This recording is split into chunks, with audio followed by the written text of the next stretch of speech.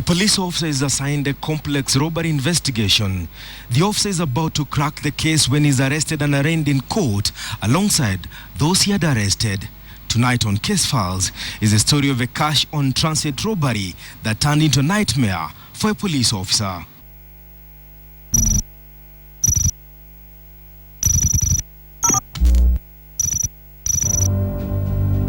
23rd of September 2009, and the Yaya shopping mall is teeming with human beings and traffic is at a standstill.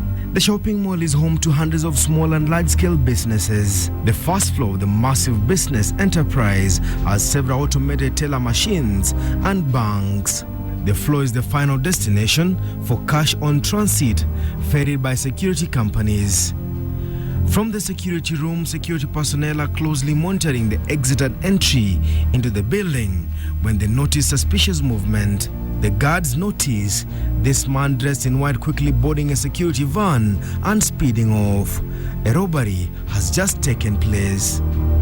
Officers from the nearby Kilimani police station are notified. Soon the entire provincial police team is placed on high alert. 34 million shillings in the hands of G4S personnel and administration police officers.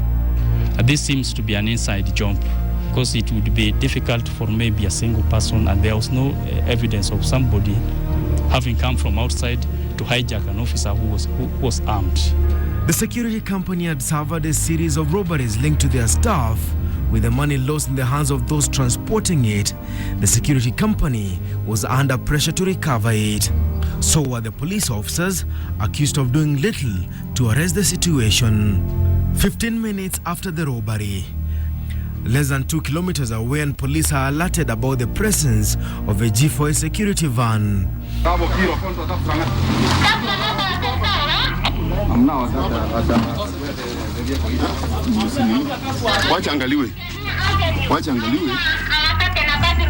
Exactly, I'm there. I've called them the vehicle, and our officer is unconscious.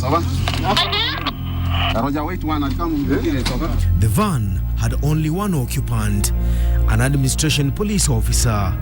The officer appeared drugged and had passed out. After ransacking the safe in the vehicle, police discovered the strongbox had nothing, not a single cent. 34 million shillings was still out there and in the hands of police officers and G4S security guards. This car parked here. So in my mind, I thought probably these are people connected to these apartments because these are furnished apartments. Zephania Langat, a senior police officer, was assigned the complex task of investigating yet another robbery involving the troubled G4S security company. Kitu kama saa 4 DCIO akarudi na officers wengine na watu ya G4S kiwa na administration police. DCIO akachukua sisi akasema tuandikie our statement, tukawaandikia. By the time the Yaya Centre heist was taking place, the security services company had lost more than 100 million shillings. Tukachukua hiyo kesi, kufika jioni nikaambiwa nipeleke washukiwa wengine wapelekwe Backlands na Gigiri. The two G4S guard and administration police officer arrested immediately after the robbery. Langat says he was called by his superiors. The Special Crime Prevention Unit, a crack unit in the National Police Service, had arrested one more suspect. Wakati ninarudi ofisi ilikuwa jioni, kitu kama saa 12. Nikapigiwa simu na DCIO. Nikaambiwa kuna mabusu ako Kabete.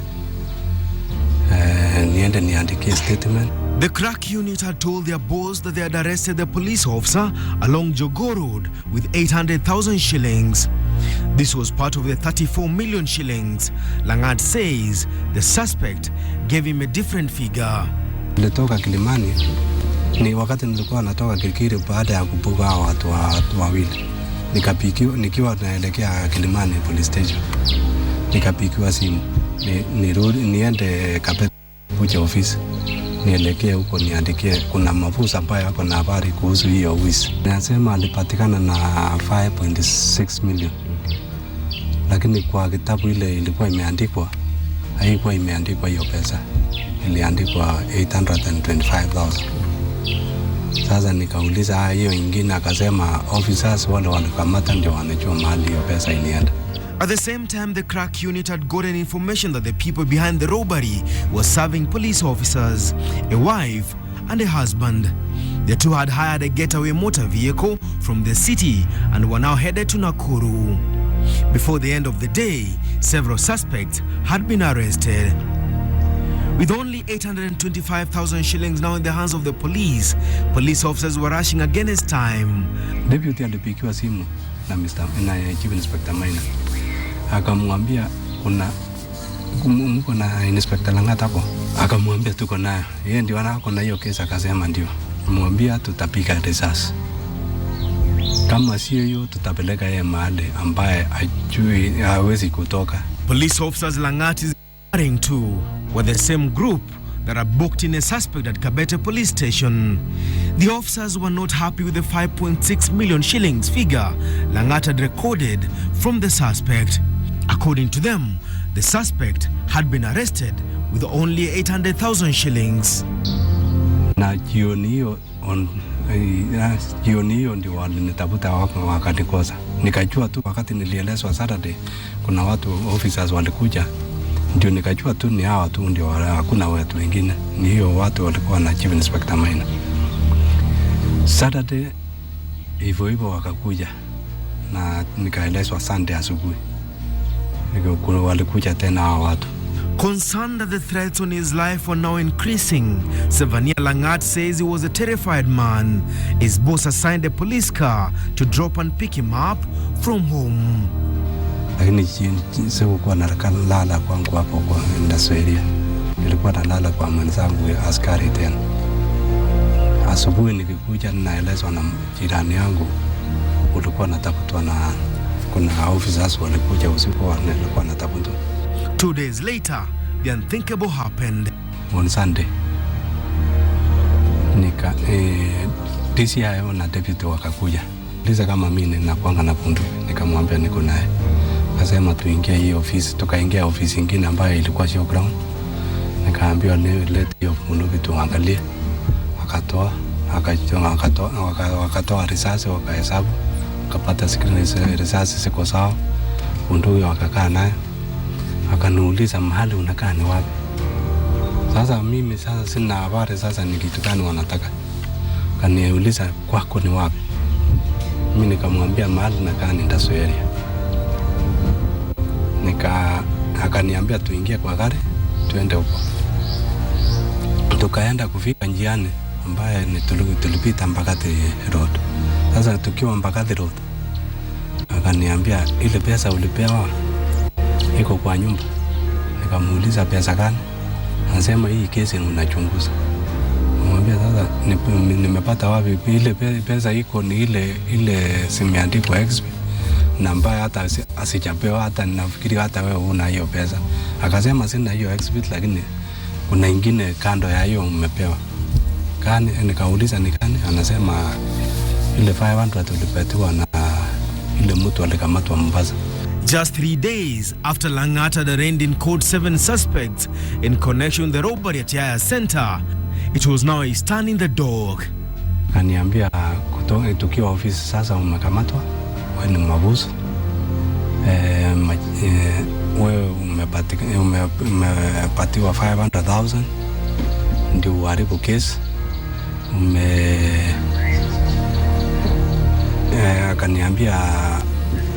Akaniandikia statement sasa deputy. Akaniandikia kuwa mimi ni mmoja wa wale wameiba. Na akaniandikia makosa mbili ya wizi 34 million. Akaniandikia tena handling, ambayo handling ni kitu ambaye umepatikana nayo, lakini akaandika hiyo hata kwa hiyo file, hiyo statement bado inaonyesha walilimbata na 500,000 ambaye haiko kweko. Lakini nyuma wakati nilipelekwa kotini hiyo handling sasa imeondolewa, lakini wakati nilikuwa naandikiwa statement under inquiry nikaambiwa nimepatikana na 500,000. Zephania Langat. being tried on the 23rd day of September 2009. And finally, Zephania Langat, are you taking a plea of guilty or not guilty? Sharing the same fate with the very people he had arrested. By the time Langat was being arraigned in court, suspects, police officers based in Nakuru, had been arrested. The woman at the center of the robbery was also a police officer. The prosecution did not appear keen enough on pursuing her.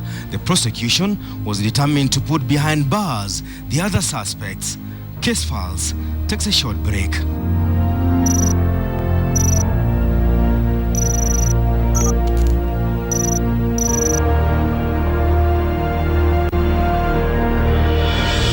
Tulipita Mbagati Road. Sasa nikamuuliza pesa gani? Akaniambia tukiwa ofisi sasa umekamatwa. Wewe ni mabusu. Wewe umepatiwa 500,000 ndio uharibu kesi.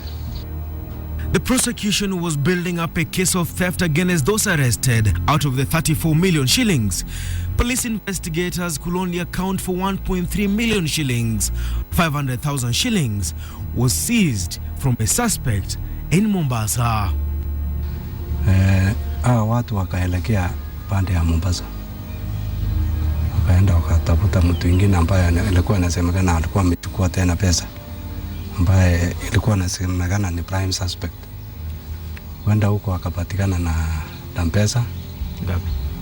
Alipatikana wakati walileta na 500,000 na gari ambaye alikuwa gari ya Toyota Premium ile alikuwa amenunua. Hiyo askari alikuwa ni sergeant. Ndio alikuja akanieleza baadaye alikuwa ametishwa na askari wale walikuwa huko. Richard Katola told the court that the team he was leading had arrested one administration police officer with what his juniors had told him was 825,000 shillings. Katola, who was heading the Special Crime Prevention Unit, told the Chief Magistrate, Yonita Kidula, that it was Chief Inspector Zebedayo Maina who told him they were still counting the stolen cash. Katola told the court that minutes after the AP officer was arrested, it was Zebedayo Maina who again called him, informing him that the getaway vehicle had been spotted along the Naivasha-Nakuru highway. Katola told the court Maina appeared to know the exact movement of the stolen cash and the occupants on board the getaway vehicle. Katola told the court by the time his team was reaching Naivasha, Maina's team was already in Gilgil. Minutes later, he says the vehicle with the driver and a female occupant and carrying the stolen millions had been intercepted at ELEMENTAITA. Police officers from Nakuru had been informed about the movement of the vehicle. Armed and on its trail, 4 young officers tracked down the driver of the getaway vehicle and the female occupant on board. The driver, who would later appear in court as a prosecution witness, told the magistrate he had been hired by a lady carrying a bag and who wanted to be driven to Kabarnet. The driver, Daniel Musinge, the court was told was cornered by police officers in a private vehicle a few kilometers away from ELEMENTAITA town. The occupants, whom he later learned were police officers, had him robbed of his mobile phone and cash before taking the lady into their motor vehicle along with the bag. The court was told that on their way to Nakuru, they were again spotted by another team of police officers. There are some passers-by who were seen, and you know these people also did not have the uniform. So this wananchi suspected you were Tuniwesi. So they thought now these people guys were thieves and they are now hijacking this vehicle. So what did they do? They immediately called the police post Mkikope. Iko gari hapa tunashuku iko watu hawana uniform wameshika na hata gari iko na mwanamke imechukua hii rough road. Kikope did not have a vehicle to run after them. They talked to another post. So inaitwa nini? Forgotten the name. Police post. Akaambia muweke roadblock gari tuna suspect. There was an inspector there, interview. Kasimamisha ile gari ilipokuja kasimamisha.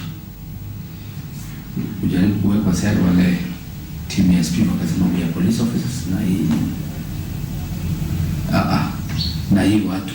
They saw the lady, they saw the driver. There were only two.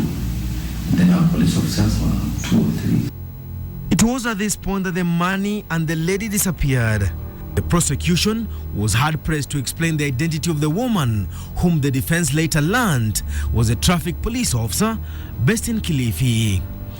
By the time the prosecution was winding up its case, the prosecution had not arrested or sought an arrest warrant for the mastermind of the robbery at Yaya Centre. Casefiles caught up with the cab driver years later after the trial of the 14 suspects. The driver told Casefiles he was a terrified man at the time. Hiyo gari ilikuwa nayo ilikuwa driver iliponga ya fast car ama iliponga alikuwa analeta asubuhi anachukua hiyo gari haikuwa ya fast car ilikuwa yake ya askari ni kama vile unaweza nunua. When they were intercepted by the second team of police officers along the popular Kikopey, ELEMENTAITA route, the police officers who said to be from Nairobi shot at them. Kule ELEMENTAITA walianza kupetolea marisasi. So ya Nakuru walikuwa nafikiria wa Nakuru ni waizi. So now walipofikiria ni waizi wao kama wamejificha. Kuna mahali kuna makongo pale na kama marisasi inalia ndio tukasimama. Sasa kusimama katika ile paragano na nini unajua sasa kila mtu ameshuka. Baki inaweza kwa ipotelea hapo. During the trial, the driver did not mention the shootout, let alone speak about the team from Nairobi. Because there were 3 teams. There's the Katola team, there is the minor team, and there is your team now from Nakuru. Those were 3 teams. Because Katola anasema, by the time we go to ELEMENTAITA, minor called him akamwambia, tuko hapa na pesa imebaki. Hakuna, tumeshika polisi. In ELEMENTAITA? Yes. Does it add up? It is true, kuna team, ile advanced team, before Katola. Unajua sasa hiyo ni arrangement yao vile wanapanga. They may have had a minors team ahead. Alafu, minors team na hawa, kama wamekutana huko or not, kama wamenegotiate na minors team, we could not say. The Nakuru team had by this time arrested the driver and the lady occupant in his taxi, but the loud shout that they were not robbers but police officers fell on deaf ears. It was at this point that the lady with more than 30 million shillings had vanished somehow. After 2 years on trial, the suspects, among them Zephania Langat, was set free. 12 other suspects were left behind. The magistrate ruled they had a case to answer. Langat told Casefiles his fellow police officers had a thing in the robbery. His arrest and subsequent arraignment in court was intentional. He accused ile alikamatwa huko Mombasa, akasema alipatikana na pesa mingi ambaye ilikuwa 7.5 million. Vile alikuwa anaongea sasa, akielezea sasa wale remandis wako huko tukiwa pamoja, mimi nikiwa napata sasa hiyo maneno. Akasema alipatikana na 7.5. Akaambiwa hii pesa ni ngapi, akaelezea. Akamwambia hii 500,000 iko juu, tutakuandikia. Hii ingine 7 tutakawa na wewe. Hawa officers anasema walikuwa 1. Anasema alipewa 1 million. Hiyo 1 million akaambiwa utapiga simu tu Nairobi, mwambie mtu akuja achukue. Na hii 6 officers sasa akamwambia tutaenda nayo. Akamwambia kuna kitu tunataka utusaidie. Hiyo kitu ambayo alikuwa anasema awasaidiwe ni kutaja mimi. Hiyo mabusu sasa aseme alinipatia hiyo pesa 500,000. Akaambiwa ukiulizwa ni nini hiyo pesa, useme hiyo pesa ilikuwa yani kuulizwa ni nini hiyo pesa ulipia Inspector Langat, useme tulijua baada ya kuchukua hiyo pesa tulijua yeye ndio alikuwa anachunguza hiyo kesi. Sasa tulikuwa tunapatia hiyo 500 ndio aharibu kesi, ambaye akasema yeye mwenyewe akasema, akaulizwa na maandishi huko, ulikuwa unajua hiyo Inspector Langat? Anasema hata sikuwa najua yeye, akasema yeye ajui. Yeye akasema tu alitaja kwa sababu alielezwa kama hatataja atapigwa risasi. Indeed, the trial magistrate wondered why an investigating officer would be turned into a suspect of a case he had been tasked to handle. Several police officers who testified in court told the trial magistrate that they had no idea why Langat had been arrested. Not a single witness linked or mentioned Zephania as one of the suspects behind the September 2009 heist. After 3 years on trial, the Director of Public Prosecutions terminated the case against Zephania Langat. The state, the DPP, told the court had no intention of pursuing the trial any further. 2009 nikakaa 2010 na kunda interdiction. 2011 mwezi wa 8 akaita DCIO amwambia kuja chukua interdiction letter yangu. Baada ya kukaa almost 2 years ndio ninapewa sasa interdiction letter.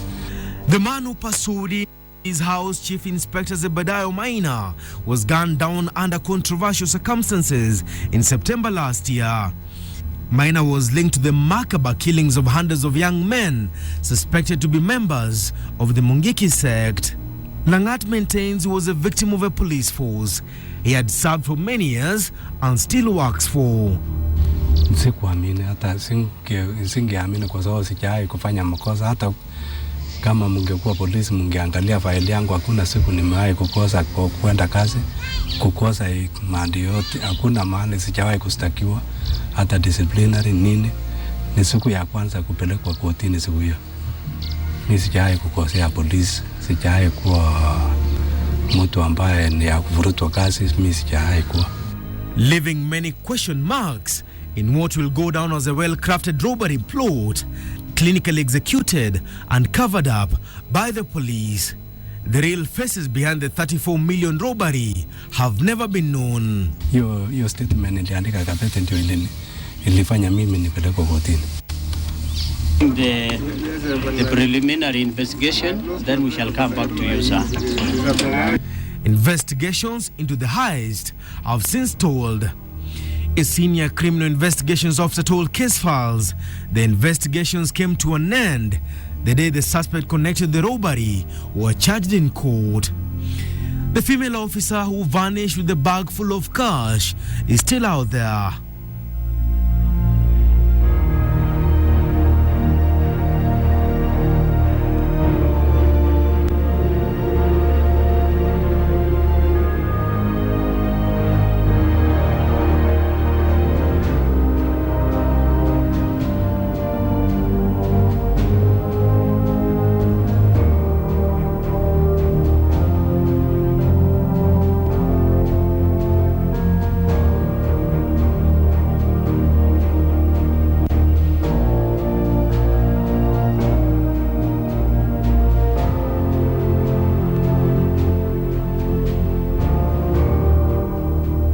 The investigation into the 34 million robbery has since gone cold. Casefiles, gone in 5, is still a case open. Denison Sarigo for Casefiles.